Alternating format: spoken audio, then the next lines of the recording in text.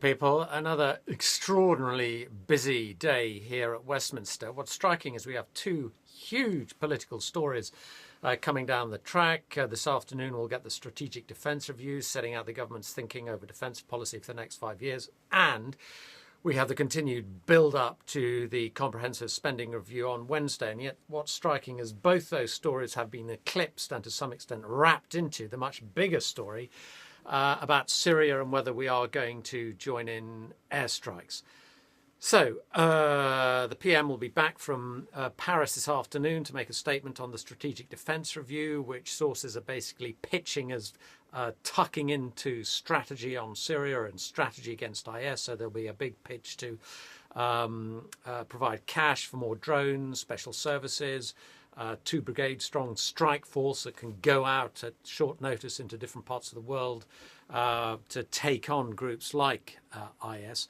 And similarly, with the build-up to the autumn statement, the argument is being made you have to have economic security if you have to have national security. So today is going to be another day dominated by Syria, which is also dovetailing into an argument and a story about Jeremy Corbyn and the ongoing tussles over his leadership at issue.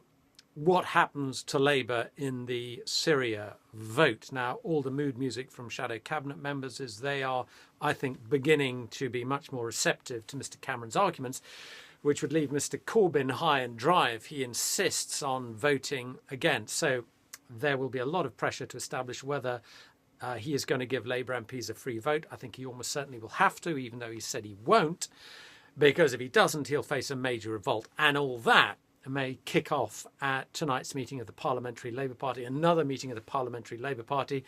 All the previous ones have proved incredibly combustible. With Syria now percolating around, this has the potential to be another fairly difficult meeting where I imagine there'll be huge pressure to allow Labour MPs a free vote. So lots around today, but basically all comes down to one story, and that story is Syria.